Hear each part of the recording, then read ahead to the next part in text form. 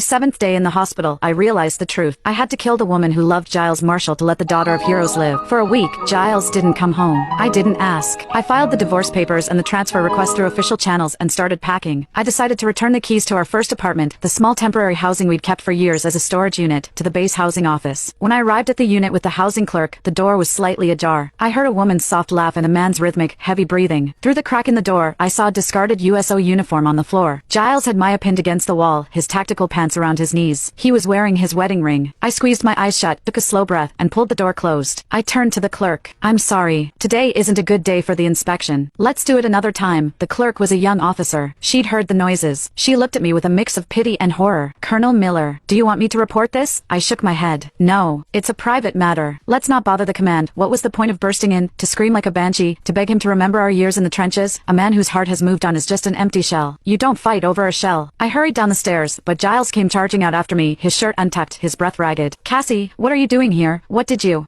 hear?" I pulled my wrist away, my face a mask of calm. I was dropping off the keys. The door was closed, so I left. He let out a visible breath of relief, thinking I was just being sentimental about our old place. I was on maneuvers all week, just got back. Maya needed a place to rehearse, so I let her use the key. Don't overthink it. I didn't bother pointing out the lie. I turned to leave. Suddenly, the sound of glass shattering erupted from inside the apartment, followed by the roar of a flash fire. Giles's face transformed. He grabbed my jaw, his eyes burning with a terrifying rage. "Did you do this, Cassie? I thought you were finally being rational, but this petty, dangerous bullshit? If Maya is hurt in there, I will personally see you court-martialed." He shoved me aside and ran into the smoke. I started to walk away, but then I remembered, my parents' original documents and the divorce filing were locked in the old safe in that bedroom. I grabbed a fire extinguisher from the hallway, smashed the window, and dived into the heat. The room was thick with black smoke. Giles was already carrying Maya out. When he saw me, his eyes went cold. "What are you doing? Get out!" I ignored him and ran for the bedroom. The curtains were melting. The safe was right next to the burning closet. "Cassie, you're going to die for a safe? Get out!" Giles roared from the doorway. I knelt by the safe, spinning the dial. As the door clicked open, the overhead light fixture, heavy and wreathed in flames, buckled. Giles instinctively shielded Maya and jumped back toward the exit. The blast of heat threw me backward. Glass shards sliced into my arms, blood soaking through my shirt instantly. I clawed the envelope out of the safe and tucked it against my chest. The smoke filled my lungs. The world blurred. The last thing I heard was the sound of Giles's boots running away from me, and the distant, lonely wail of a siren. When I woke up, I was back in the military hospital. Giles was sitting by the bed, holding the scorched envelope. Inside were 2 red booklets. "Marriage licenses. You almost died for our marriage licenses?" His voice was tight. "Cassie, you have a hairline fracture in your leg, smoke inhalation, and second-degree burns. You almost didn't make it." I reached out and took the envelope back. There were no marriage licenses in there. Just the documents I needed to leave him and the proof of who I actually was. Giles watched me clutch the envelope, his brow furrowed. "We all could have gotten out fine, but you had to make it a choice.